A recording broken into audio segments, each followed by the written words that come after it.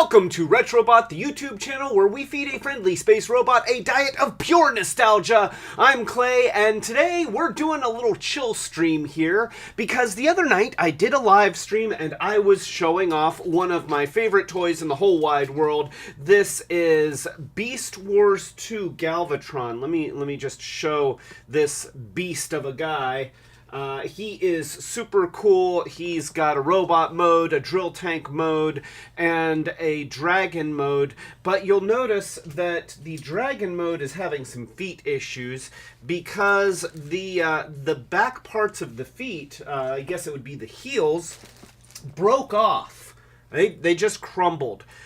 Even though he is not listed on the Transformers wiki site about gold plastic syndrome, I suspect that this is a product of gold plastic syndrome. For those who don't know, there's quite a large number of old Transformers toys, maybe other toys as well, I don't know, that have gold plastic.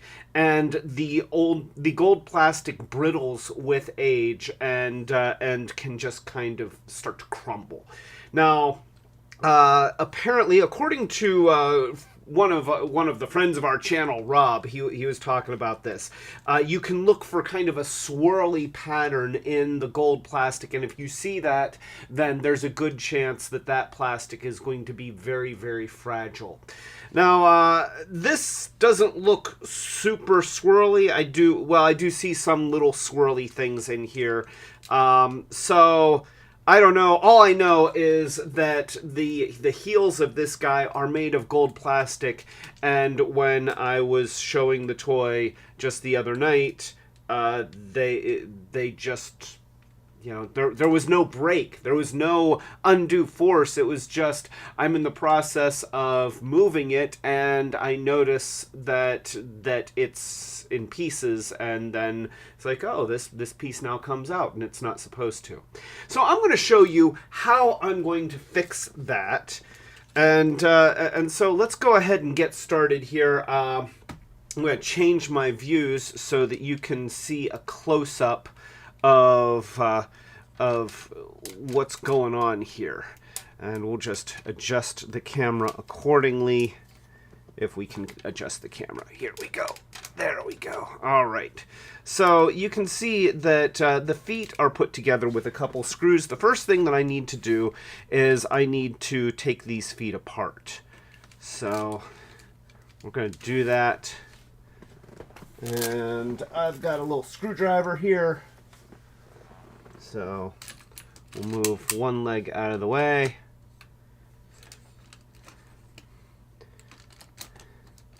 You know, at some point, I'm going to set up my studio, and I'm going to have a dedicated space for doing work like this so that I'm not just taking things apart in front of my computer keyboard. That would be nice. But until then, we've got a whole bunch of cameras all around the computer keyboard. All right, there we go. So we have that. And essentially what that piece is going to need to do is go right around this post. And you can see how that's, you know, there's even kind of a powdery residue here. You know, some kind of plastic dust or something. I don't know. Maybe it's just dust. It could be dust. I don't need to CSI analyze it. It could just be dust. Now, I have both heels actually broke. The first one broke on camera. The second one broke when I was taking a look at it to see how it went together in comparison to the first one. And so they're both broken now. I have saved all the little pieces. But yeah, they just, you can see that they just came apart. All right, so now what we need to do is we need to strategize here. So we know that this piece goes on here like that. And we know that the piece in question needs to be able to move around. So we've got to make sure that we put the right piece in the right area. And so this one is going to go right in there. And that will enable it to still transform. And really what I'm looking for is, there's right and left orientation dependent on where the gap is to allow it to fit around this joint. So we're going to set this one aside. Now we know that it is this heel that we want to fix. Now let's take a look to see if we can see which little piece of plastic came out of there. That does not look promising. Let's try. Oh wait, there we go. Okay, so that's going to fit really well. That's nice. It's nice when you still have the broken piece. And now I know what you're thinking. It's like, okay, we'll just glue it in and you're done. But the problem is that if this plastic is indeed getting brittle with age, then yes, I'm going to glue it, but I also want to reinforce it. So let's start by gluing it. I mean, step 2, I guess, after taking apart the foot is would be, and so step 1 was taking apart the foot. Step 2 is figuring out which piece goes where. Step 3 is actually gluing the pieces back together. There we go. And you see, I just use a very tiny amount of glue. I just kind of give the glue tube a little squeeze so that you get just a little bead of glue on the tip.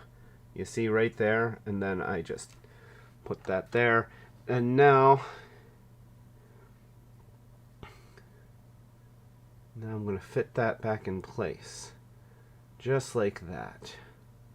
And now my fingers instantly want to stick to it, because that's what super glue does. It bonds instantly to skin, which is pretty handy because there's a lot of times when I end up cutting myself with a hobby knife or something when I'm doing kit bashes and repairs, and I use super glue to glue my fingers back together. I've always heard that super glue was actually invented as a field bandage, and it does work. So that's a thing. So I'm going to set that over here with these pieces.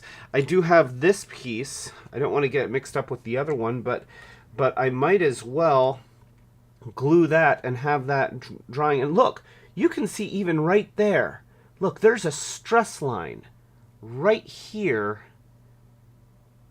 that goes all the way around. This thing, yeah, look. That's about to break right there as well. So, all right. I hate doing this. But I'm actually going to break it the rest of the way.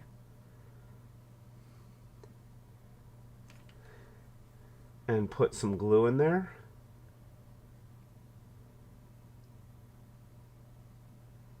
There we go. And then close the gap. And now I will go here and I will glue this joint. And let's see, does that fit that way? Is that how that? No, it doesn't look like that's how it's supposed to go. That goes, it's going to go in this way. That's how it's going to go. All right. And then I'm just going to smooth out the glue with my fingers. I always end up with a lot of glue on my fingers. That's just how it goes. All right, so I can now set that aside and let that dry. So let's go back to our first one. And, it looks good. Yeah, that looks fine. But now I do not trust the strength of this part. And so in order to fix that, this is where I'm going to do a little trick that that you might have seen me do before on other toys. I am going to drill a little hole through the plastic, and I'm going to cut a little bit of a groove going all the way around, and then I'm going to put sewing thread around here, and I'm going to saturate that with super glue to reinforce that joint. And it's a little bit tedious, but look, even that one. Look, there's a stress fracture right there. You see that? You see that crack? Maybe you can see it. Right going up there, right to the hole, there is another crack where this thing wants to start to crumble. So let's do all right here. Drilling at an angle is always kind of funny. So what we're going to do is we're going to make a little divot. Always be careful when using a hobby blade. It is it's not fun to leak, and my fingers end up leaking pretty often. I know, I haven't been looking at the camera when I've been talking. It's because I've been watching what I'm doing. What I'm doing is down here, down here rather than up there. But I'll try and look up every now and then. Just feels like I'm talking to you more when I do that. So, all right, so I have my little divot, and I've just got, this is just a little lithium-ion rechargeable cordless screwdriver that I got cheap online. I think it was like under 20 bucks. It's not super powerful. It's not a high quality product, but it is very handy and pretty nice for little projects like this. I wouldn't want to get my big DeWalt cordless 20-volt lithium-ion drill in here. I mean, it's just something like that is big and clunky and kind of hard to maneuver on such tiny parts. So I like something that's lightweight.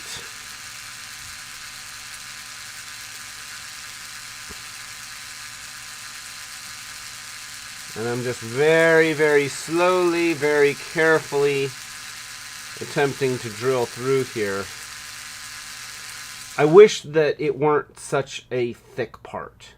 I really, I've got to go through a pretty substantial amount of material here just to get to this. Yeah, I'm going to try and have the hole come out right in here.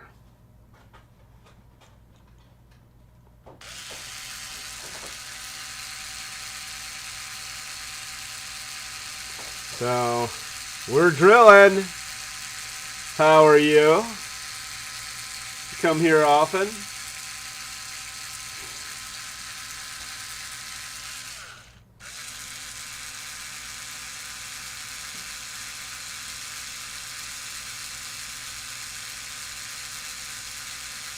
I'm making headway. I know, this is, oh, wait. I feel something. Feels like something's giving. Okay, I don't see it coming through quite yet, but let's just pull out the thing, do a little depth check. So right there is where we're at. We pull the piece off, and oh, okay. So we are getting pretty close. That's good.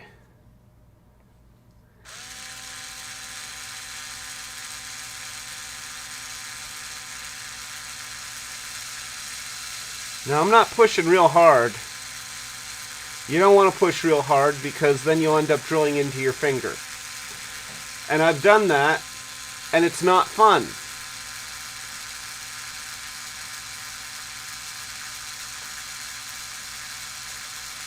Alright.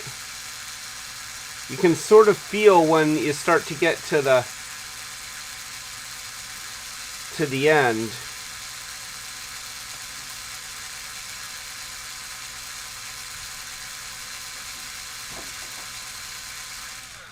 We must be getting close. We must be getting close. Let's just take another look here.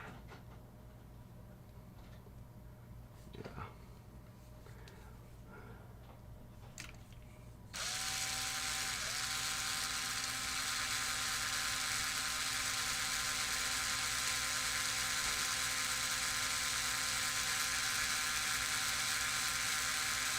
All right. I feel like we're close. I know I keep saying that. Ah, Dawn is here. Till all are broken. Till more are broken. Hello, Dawn. So, I don't know if you saw earlier, Mr. Dawn, but both of these broke. So we're fixing both of them now.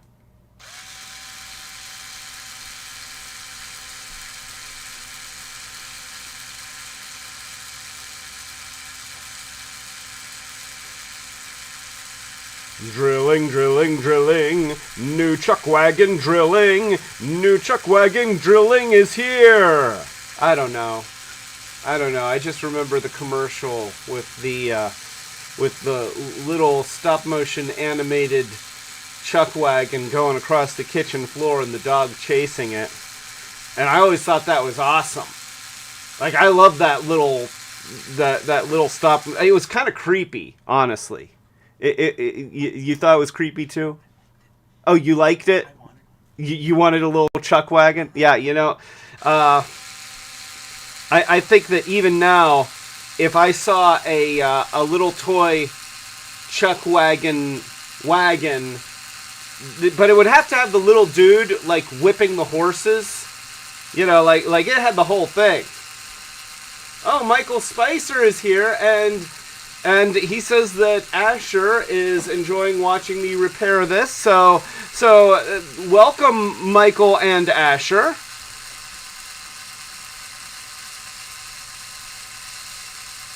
Yeah, we're trying to get there. Let's see here. Let me just do another depth check. Gosh, that's so close. Look at that. I mean, you can tell that that's how far we are, and you look, it should be poking through right about right there.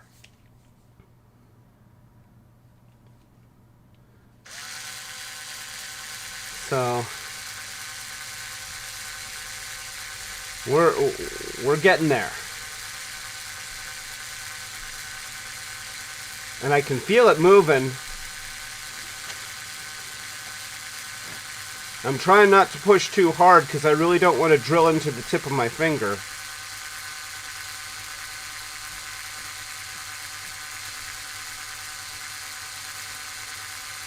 I'm kind of surprised that I don't even see a dot yet. You know, like a little... Oh, wait, I do. I see a little... I don't know if the camera can pick it up, but if you see, there's a little light spot right in there. Yeah, the camera is sort of picking it up.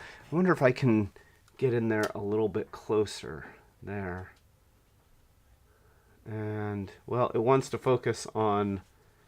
Okay, so you can see that there's just a little bit of a light spot right in there, where that's where the plastic is starting to stress because the drill is coming in underneath. So let's go ahead and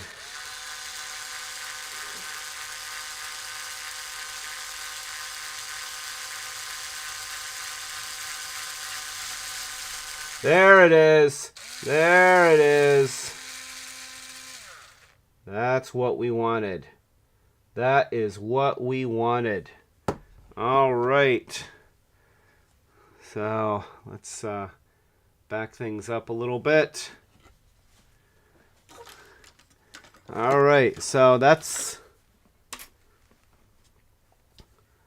our first real hurdle of this operation. The next thing that I need to do is I need to create a space. You know, if I'm going to put thread in here, I need to make room for it, because essentially the thread becomes like an aggregate for the glue. I'm using the glue, at least my intention is to use the glue in the same way that contractors use cement around rebar.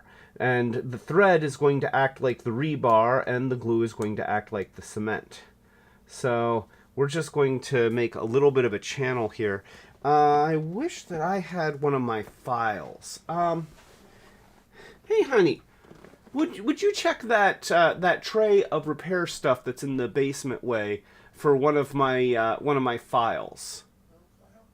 Like a long yellow-handled file, maybe the triangular-shaped one. All right. So, in the meantime, I'm going to use my hobby knife.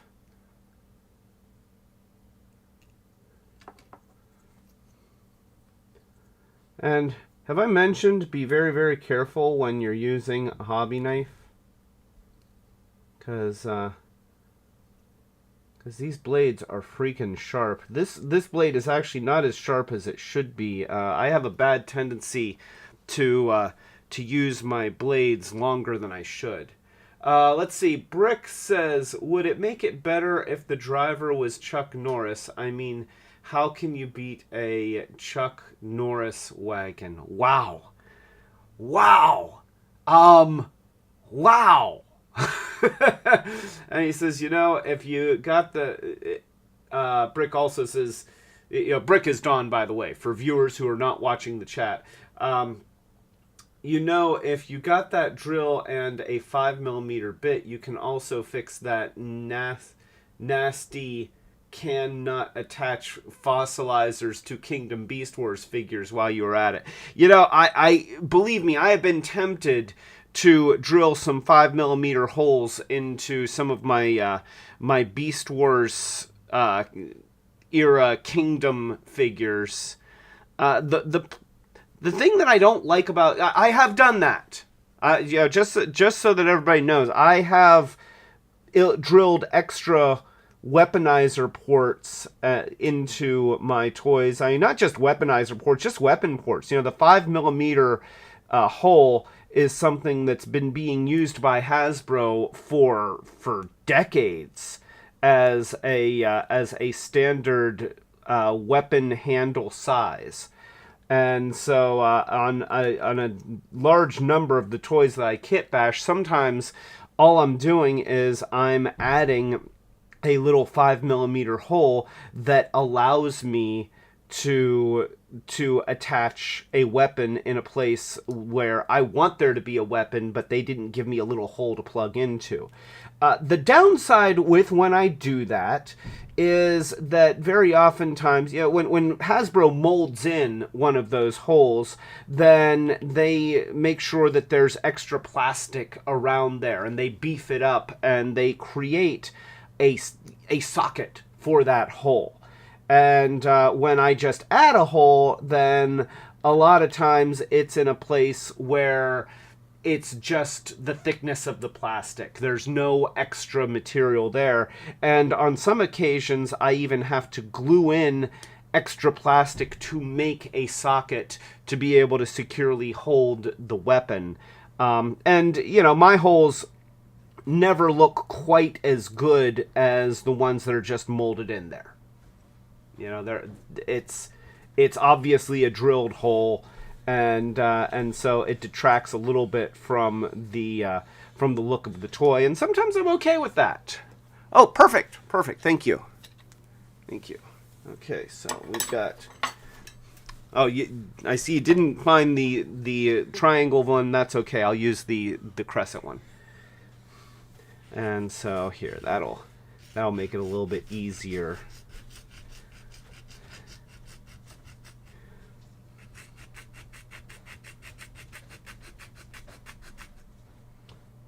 go. There we go. Filing into the plastic. I'm filing into the plastic. If I were a spastic, I'd be filing into the plastic. I feel so fantastic, filing into the plastic. And I don't really know where this song will go, 'cause I'm out of rhymes for plastic. Thank you. That's... I apologize. Alright, so we got a groove. That's good. And I just need to continue it the rest of the way around here. And this I do need to use the hobby knife for.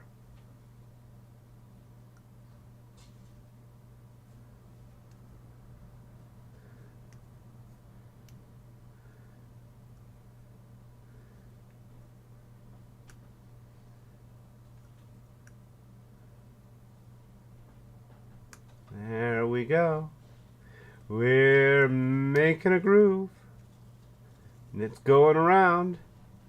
Again, this is all intended to create a space for thread.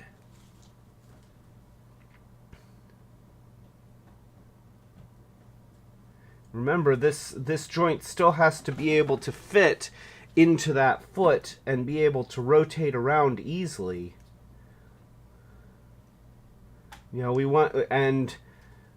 we also need to make sure that when it's in place, there's enough tension that it helps support the figure when it's standing, but it's not so tight that it ends up putting undue stress on that joint and causing other things to break. So there we go. We have a nice little groove there.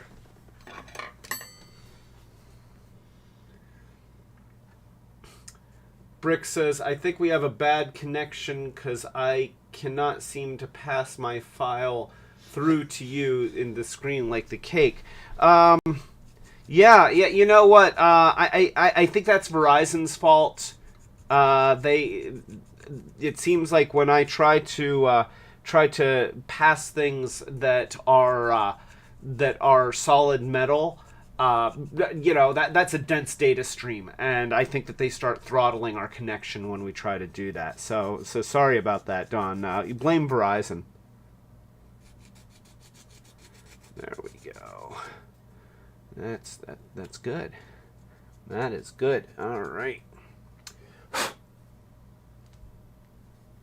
Yeah.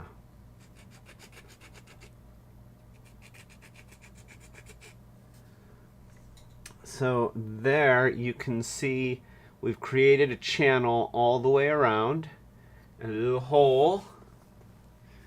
And Brick is saying to Monica, so I am scanning image assets for my birthday stream, so would JPEG, TIFF, or say some other format? JPEGs are fine. You know, TIFFs are fine. You know, I feel like JPEG is kind of the standard, and we're not worried about it being lossless, so JPEG is fine. For those who don't know, we are making super secret plans that aren't really all that super secret about Dawn's upcoming birthday stream. We're going to be playing games and taking names and making stuff awesome. That's what we're going to be doing for that stream. All right, so I need to put some thread in there. I've got my little sewing kit here. Actually, this is just one part of my sewing kit. I have, you know, I have a lot of stuff in my sewing kit. So let's see. We've got. I wonder if I have a decent needle in there. I do not have a decent needle in there. So I have pack of needles. And I need thread that will, and you know, it'd be nice to use like a tan colored thread if I've got it, just because, you know, it'll fit in with the gold a little bit better. Do I have a tan colored thread? I do not see any tan colored thread. I see dark brown. Let me look here. Yeah, I have kind of a gray green. I have a light yellow. Yeah, kind of a pastel yellow. Maybe that's the closest we've got.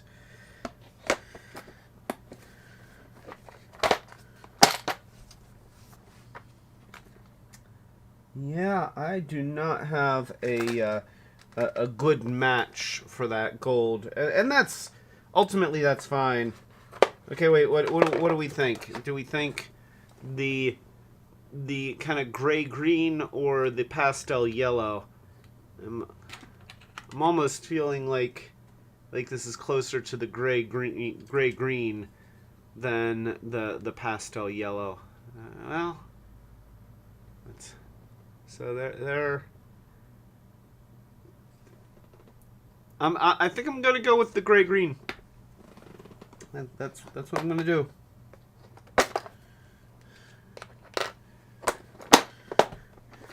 All right.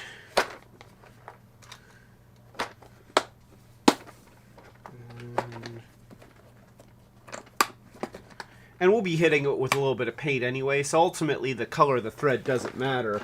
But, you know, I like it when, if I can keep things close to the original base colors, it means that if the paint doesn't cover that well, or if it gets scuffed, the scuffs aren't noticeable. And you know, that's why it's always nice when your base material is either the same or a similar color to whatever paint you're putting on top of it. I've got chocolate milk.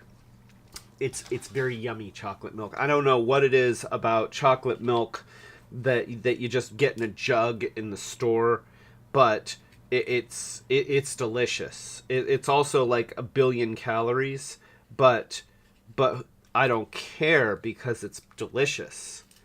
All right, I've got a thread here, or I've got a needle here. It's a tiny needle. Apparently, the last time I used this needle, I was using black thread.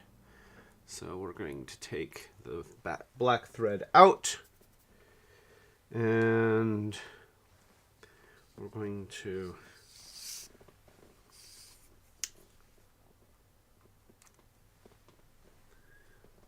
do that. And I wonder if there's like a little slice there where I can retain my thing and keep the thread from unraveling. I don't see one. Did they know? Oh, there's one. Okay, yeah. See, there's a lot of times a little slice in the top of the spool that catches the thread and keeps it from continuing to unravel, and that's important.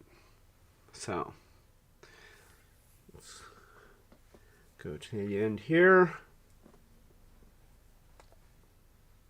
So for those who don't know, I sew. I sew, you know, not all the time, but I sew a lot. I'm not bad at sewing. And let's go ahead and switch this view back over to here. We're going to try and get this on camera because, oh gosh, what an interesting shot to show threading a needle on camera. Yeah, I've been sewing since I was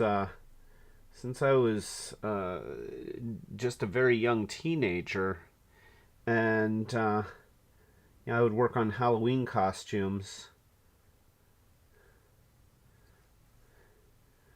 And sewing is a powerful, powerful skill for any kind of a maker, which I'm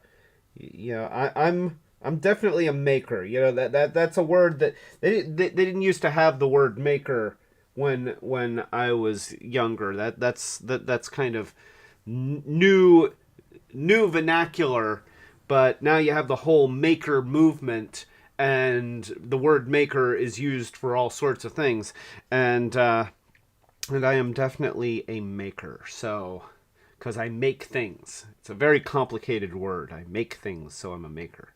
All right, so here we go. We're just going to stick the thread through here, and see. Look, you can see the. I cut my finger last night while doing some little mods on an Earthrise Megatron that I picked up at the toy show. And it's not bleeding now, so that's good.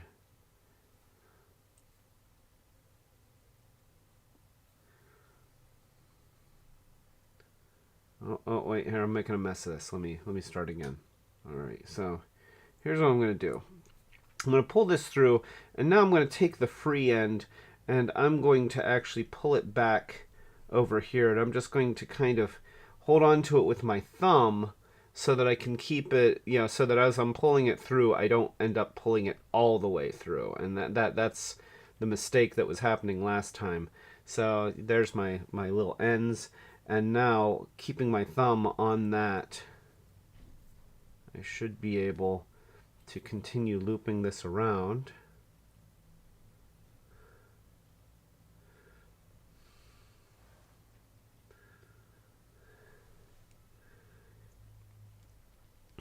Now, I don't actually know what this thread is made of. I don't know if it's polyester or cotton.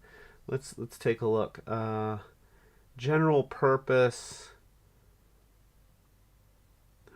General purpose. Oh wait, here. Let's. Coates and Clark. 37% algon, 63%. So this is a synthetic thread. This is algon and polyester. The reason why I was wondering what the thread is made out of is because it's a little interesting fact about superglue is that superglue is readily kicked by certain materials. Now, one thing that kicks superglue, of course, is Zip Kicker, a liquid that you can buy, and you can get it in spray or in bottle form. And it's a liquid that when you apply it to superglue, it causes the superglue to harden very, very quickly.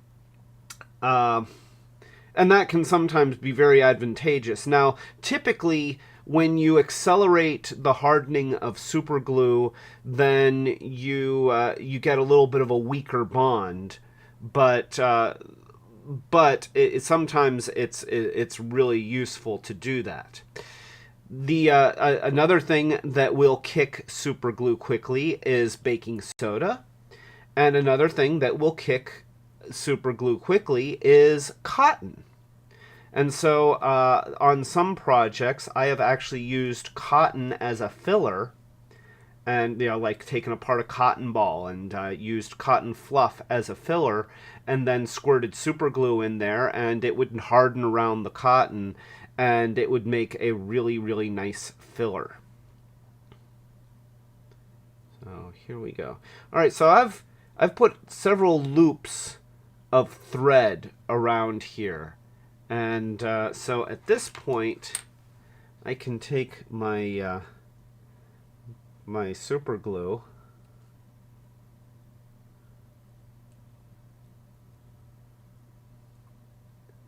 and I can start filling this in with super glue. Now I can soak that thread. There, look at that. Alright, so there we have. That plastic is now got super glue, and I can continue to put some thread around there, because why not? The thread is strong, and I just glued my fingers together. There we go. Yeah, I just glued my fingers together. That happens. And so I'm not going to... So here's how I get I do this all the time. My fingers get... I glue parts of my body together, and I don't mean to. But you just kind of roll... See, I'm just going to pull just the edge. I'm not just pulling straight away because you'll tear your skin that way and it's very painful. But you just kind of roll around and, you know, roll the skin around and get it to peel apart, not just pull apart. So we got that. Let's go ahead and hopefully I can continue pulling this through.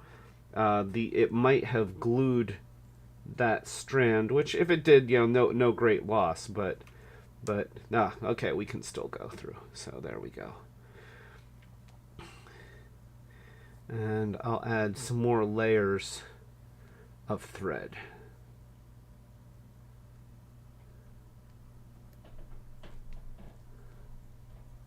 Oh, I think that it's filling in. Yeah, I think that we're getting to the point where there's not enough room in that hole for the needle to go through. So we're going to just pull that tight. Make sure that the thread goes into the groove. That's important.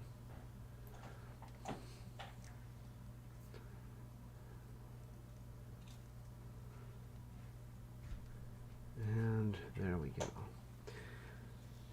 All right, and so now with that pulled nice and tight, I'm going to add a little bit more super glue, if I can grab it.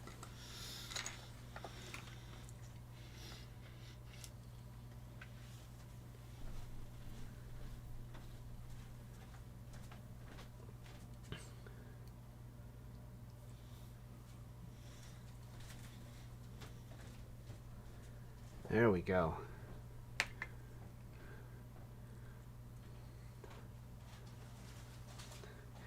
And I can go ahead and just cut the end of the thread here. There we go. We don't need that. And I can cut the end of the thread here, because we no longer need that. We'll set the needle aside because I'm going to need it again. And there's our part. So now we've got super glue that's wet on there, and fortunately, when I'm doing stuff like this, I always have a box of baking soda. And I just keep a dedicated box of baking soda just for stuff like this.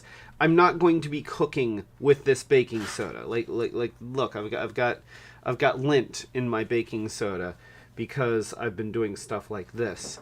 But here, so what I do is I just put a little baking soda on top of the super glue, and I can rub it around. There we go. And I can fill in this hole. And see, this is the nice thing about the whole baking soda trick. The baking soda becomes a filler. It's sort of like working with body filler on a car. You see, I added more super glue and then more baking soda.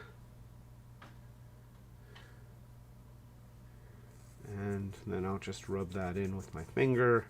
And look at that. So now I have filled in that hole. I have filled in my groove. And instead of just having old brittle plastic around this joint, now I have polyester fibers that are making this a really strong piece.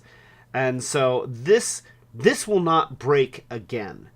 I am confident that this will not break again. Now of course, I've added to the diameter. It's now, it's now wider than it was before, and so this is where having a file, we're just going to file through. And remember, I'm going to be filing into some of those polyester fibers, and that's fine because I created that channel, so there's plenty of unbroken fibers, and honestly, it's not about having one continuous string that's unbroken.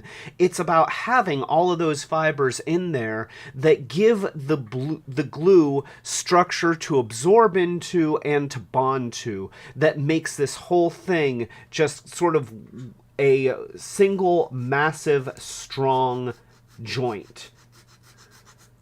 And that is what we want. So I'm gonna do that, and I'm just using the existing geometry as a guide for where to file and to get the shape that I want. I will probably have to hone out this hole with a drill bit, because there's probably just a little bit of unevenness where it was glued, a little bit of glue residue. We don't want it to be too tight or too loose.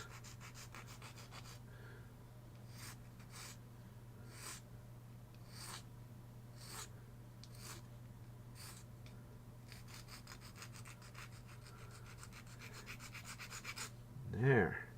Look at that.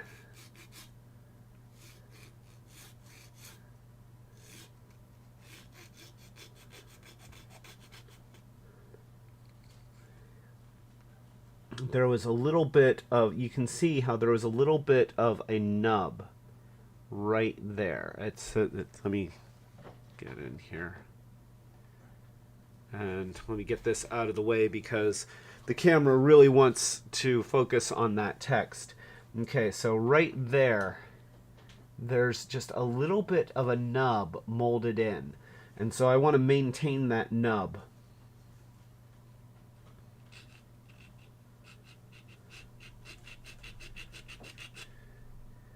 Important nub. That's probably where the, that's probably a stop where when you're rotating this part of the foot, it butts up against another piece of plastic, and it kind of stops there so that he can have his feet positioned correctly.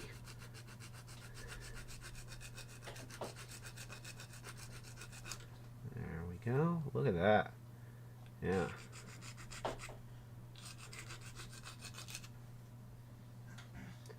And then we'll file that.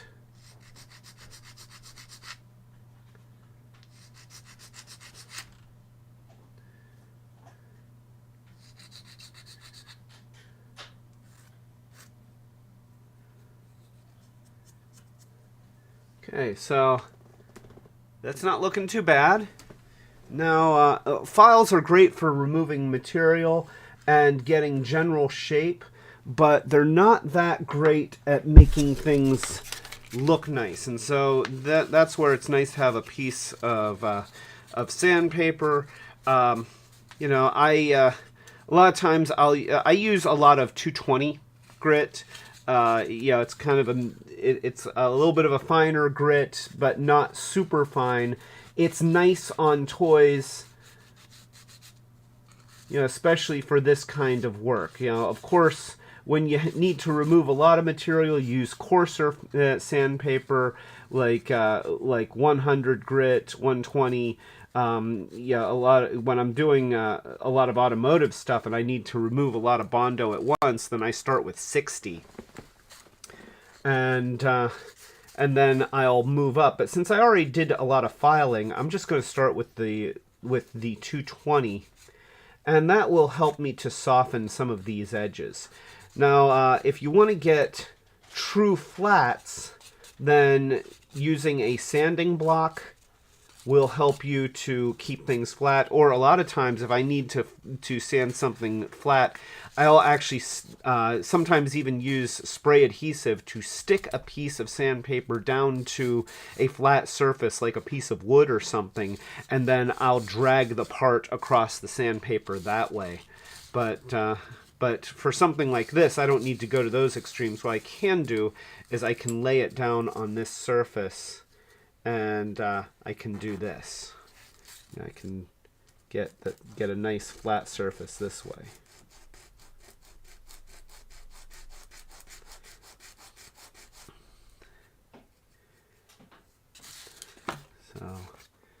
There we go.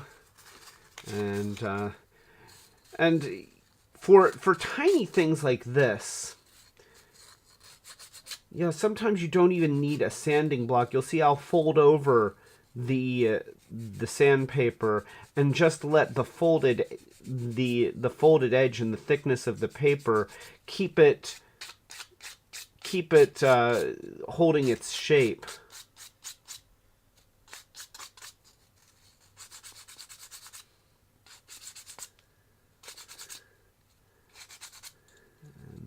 Go. That is the thing. That is a thing. Look at how much of a thing that is. I'm going to soften those edges where I sanded.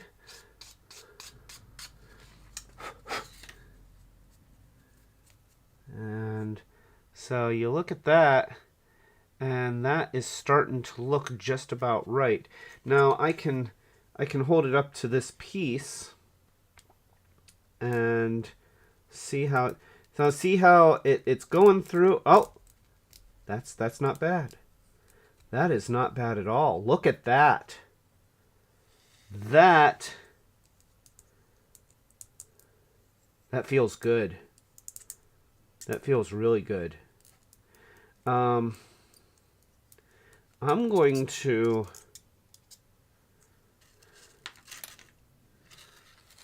let's see here.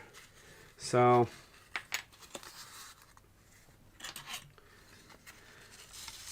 just going to cut off a little piece of this sandpaper.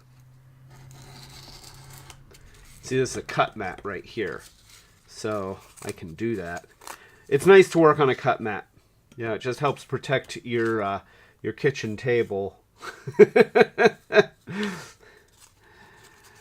And actually, I'm going to tear that in half. And then take my screwdriver end here and roll the sandpaper around my screwdriver tip.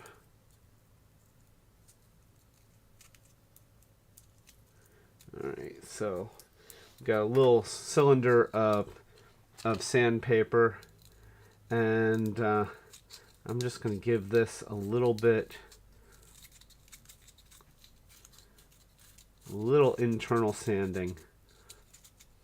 Not a lot, but it was just a little bit sticky, and I didn't like it. You know, I don't want there to be undue forces at play. So just a little bit of honing here with the sandpaper will make a little bit of difference. I'm not trying to remove a lot of material. I'm just trying to make a nice surface in there to go around that plastic cylinder.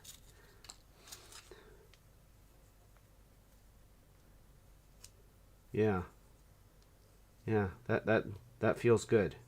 That feels like what I want. All right, so let's. Oh, look! I accidentally glued these pieces together. Look at that. Huh. That's funny. All right.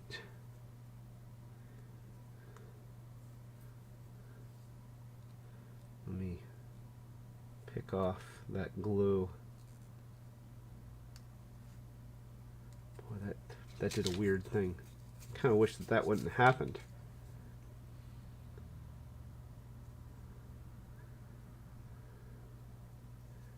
Scuffing up my my Galvatron foot.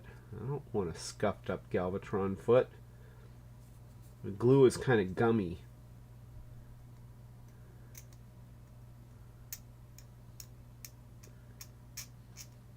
There we go.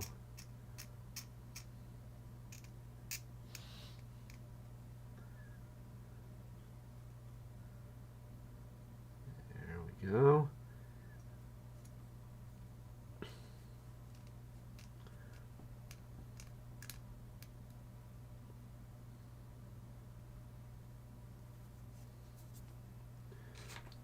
I'll actually tap it in the in my my bits of baking soda that I have here to get it to harden up.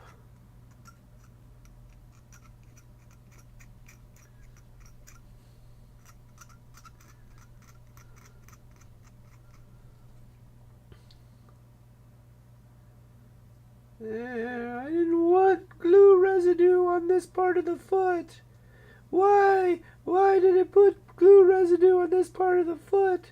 It's because you put it up against something that you were gluing, dumbass.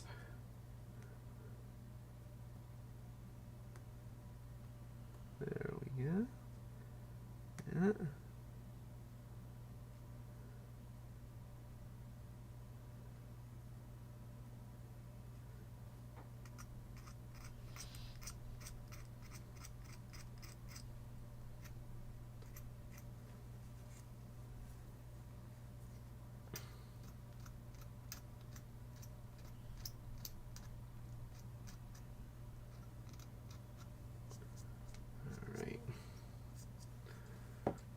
Sadly, I'm going to have to sand that just a little. I didn't wanna, but I'm doing it. I'm doing it.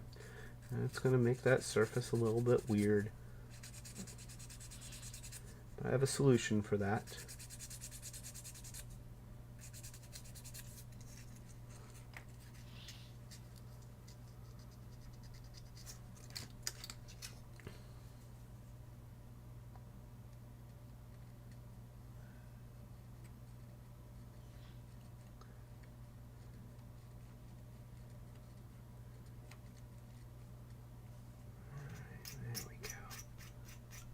Ah, there.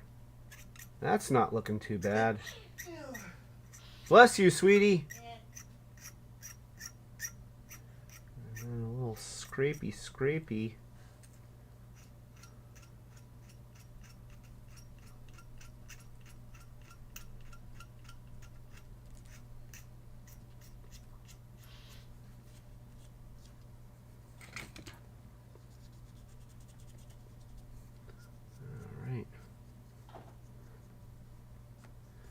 And that, all right, so we got that. Now we've got this. This is looking pretty good, but of course, this is this now looks like that, and we don't really want it to look like that. You know, we want it to look like something other than that. So this is where I pull out my model paints.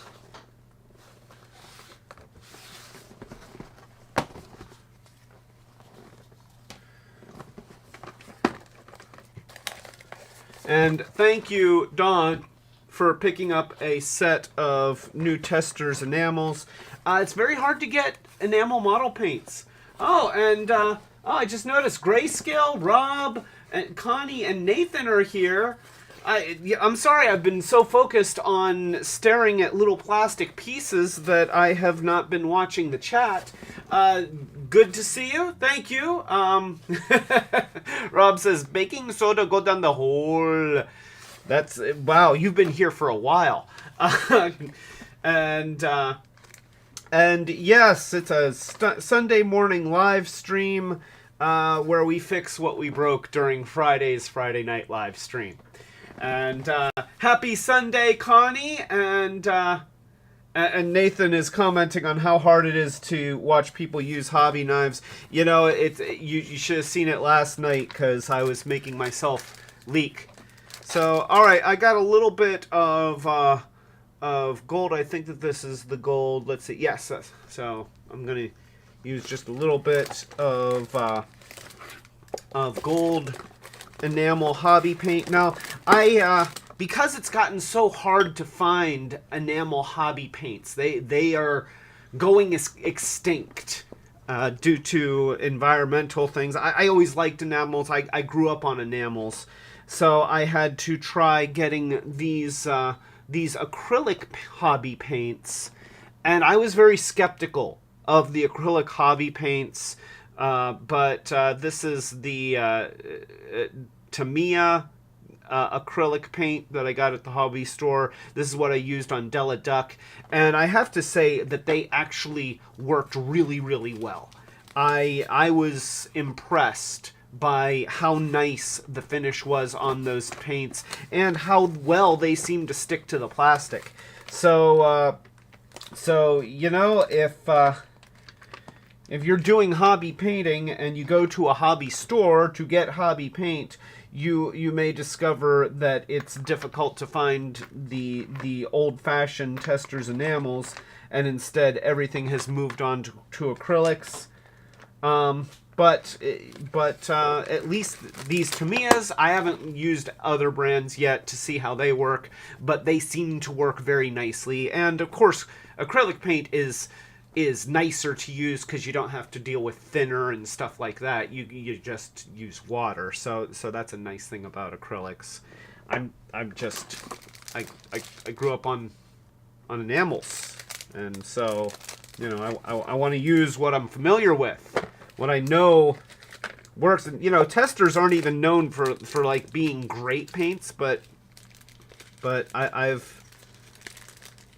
you know, they get a lot of mileage out of being in very, very cute little square bottles. I mean, you have to admit that this is an adorable bottle. So let's go ahead and we'll get a little brush, little detail brush. And continue. Fix-It Felix! Am I Fix-It Felix or am I Fix-It Felix Jr.? I don't have a golden hammer, so I guess... Well, actually, I do have a golden hammer. I call it Mew Mew. But, well, the other question is, can I get the cap off?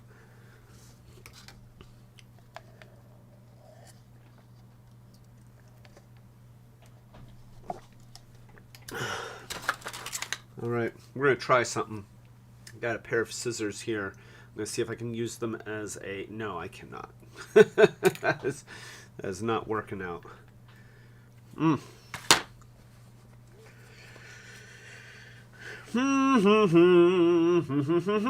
Oh, there we go. The shirt. The shirt did it. Okay, so I've got my gold paint.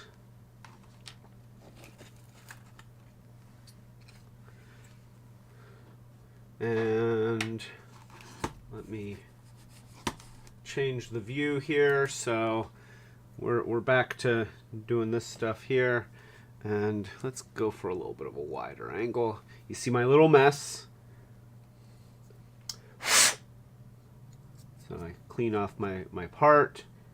And you know what? I'm going to use the cap because the cap has just a little tiny bit of gold paint. We don't actually need that much, but we're going to just do that. Okay, actually we're going to use the bottle. We need more than I thought. There we go. So, little tiny bit of paint on the brush.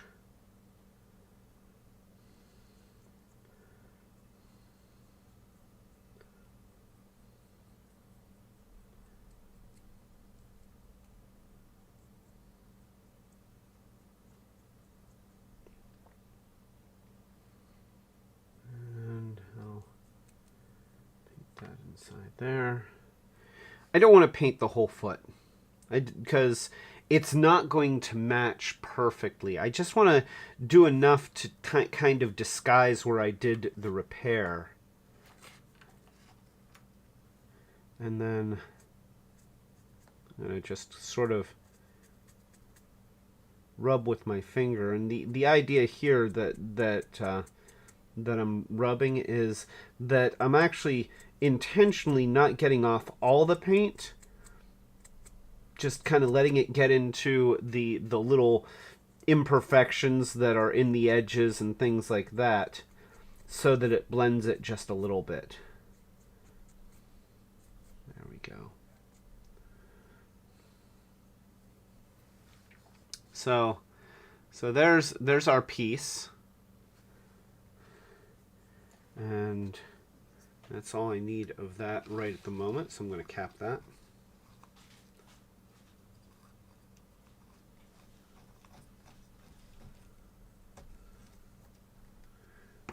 go. And then we have our little bottle of thinner. Of course, I'm having to do this while holding on to this piece. I'll set this aside. Well, where am I going to set it? I want to set it somewhere where this doesn't... Here, I'll tell you what.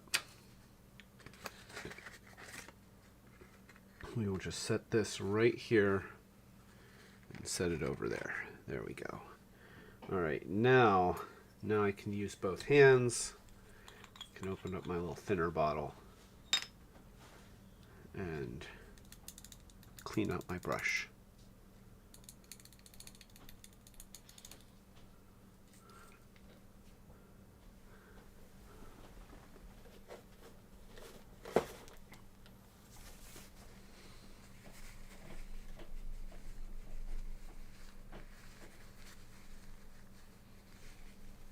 Go.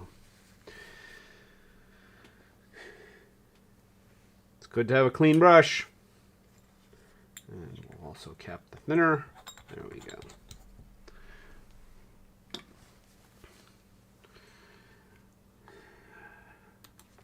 So, we now have a little piece like that. We can take Galvatron in his dragon mode, and we can go ahead and put his foot back on. Now let's see, that's going to go, so the screws go to the inside of the foot, so that's going to go this way. Wow, look at that. I just noticed something. Oh, why is this happening? So if you look here, look at that. There's a crack right there. Why is there a crack there? I don't want there to be a crack there. Oh man. That's no good.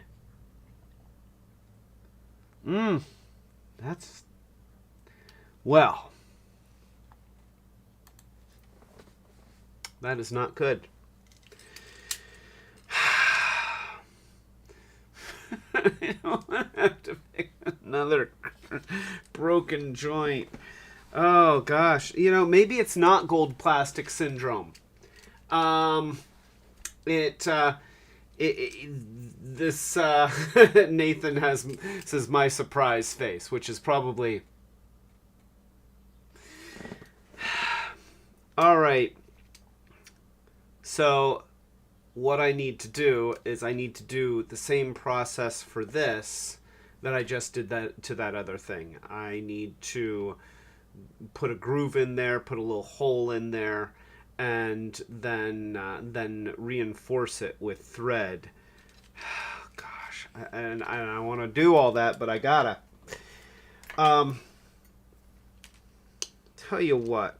Here's what we're gonna do. Here's what we're gonna do. For the purposes of making this video not just drag on forever with me doing the same stuff over and over, I'm going to put this part together, and I'm going to show you the leg assembled and looking fixed, and then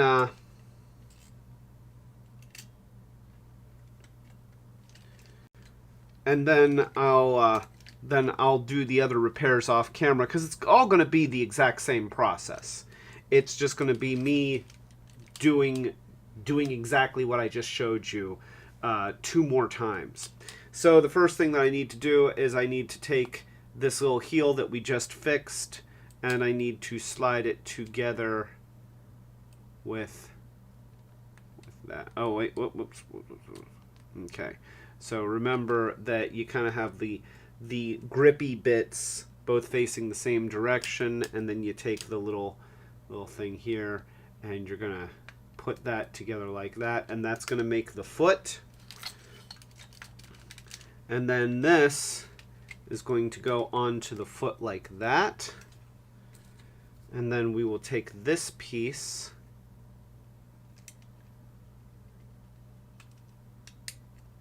and it's going to attach right there. And then we have a couple little screws, which we can put screws in. Why not? Let's go ahead and show this on the other camera. So we've got that going together like that.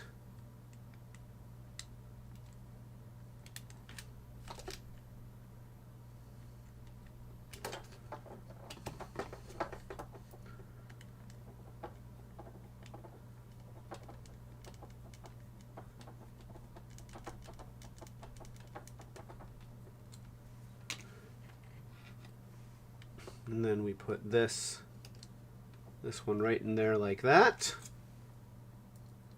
Oh, magnetic screwdriver. No! Off. Usually helpful, this time not. All right, there we go.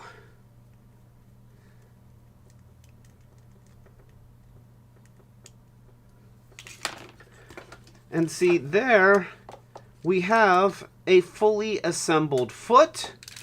And you can look at, let's see if I can get my camera to do what I want it to do. All right, up camera. There. All right, so you can see here that that the repair doesn't look bad at all. You can't see most of the things that were done because it's all hidden inside that joint. And this is going to be able to swing around the way that it's supposed to and open up the way that it's supposed to. I'm trying to be very gentle because I know that there's a crack in that leg. So, but nonetheless, that is a fixed foot. That is a fixed foot. Sadly, now I have to fix that leg. I have to fix the other foot. And so I'm going to do that stuff off camera. But it's all going to be the same thing. You know, the nice thing is that I have a process. And, you know, certainly if you don't want to go to all of this trouble, you can just glue these parts together, let them dry for a very, very long time. Set them aside overnight before reassembling them, and then put them together the next day. Because, you know, like I've been using baking soda to accelerate the glue dry, to accelerate the drying process. So I'm not too worried about it gluing itself to the other pieces. But if I hadn't been using the baking soda, then it might feel dry to the touch, but there still can be some drying, some cure time that has to happen. And then you put the parts together and you get up the next morning and it is completely fused. And I have had that happen, and when it happens, chances are you're going to break the parts trying to get them apart. It's frustrating. It's very sad when it happens because it will fuse those pieces, and that you will tear out all the little joints and all the little hinge pieces trying to get them back apart. And also, I have found that super glue debonder has a tendency to melt the plastic. So if you're thinking, well, just squirt some super glue debonder in there, it's going to make it into a goopy mess. So yeah, if you're just gluing parts, do your gluing and then leave it alone for a day before even trying to reassemble them, and you'll get an okay bond. And if you're not using, you know, if you're not transforming it often and you're not playing with it a lot, then it may be okay. But as somebody who wants these toys to hold up to actual play, transforming from one mode to another, then I opt to reinforce those joints using things like thread and and super glue and stuff like that, and it just makes everything stronger and helps me to feel more confident. And yes, there is a lot more work involved when you do it that way, but you end up with a stronger, more functional toy when you're done. And you just have to use some craftsmanship to try and make the repair look nice when you're finished. And you know, is it? I know that a lot of people collect for you know, to maintain the value of the toy. Once a toy is broken, it is no longer in mint condition. You know, you can do a really nice job fixing it, but it is still a repaired toy. Now, if you've got the skills to make those repairs look invisible, then that helps to maintain the value of your toys. I don't speculate. I don't sell my toys. You know, I buy them and I play with them and then I show them on YouTube. So I'm not nearly as concerned with making sure that they maintain that near mint condition that that means that if I sell it at some point, it's going to fetch a good price. So yeah. And Brick says, "Till more are broken." I know. Gosh, you know, it's always hard, but you know, this is like a 24-year-old toy, something like that, and plastic don't last forever. Well, it seems to last forever in a landfill, but that doesn't mean that it maintains its structural integrity forever. Yeah, that's a better way to say it. Plastic does not maintain its structural integrity forever. It's just, it is what it is. All right, so nonetheless, that is fixing a foot, and just in general, how to fix little plastic pieces that are at hinge points, that are going to be under stress, that are going to be under load, and how to feel more confident that those repairs are going to stay repaired. So, with all that being said, I think I'm wrapping this one up.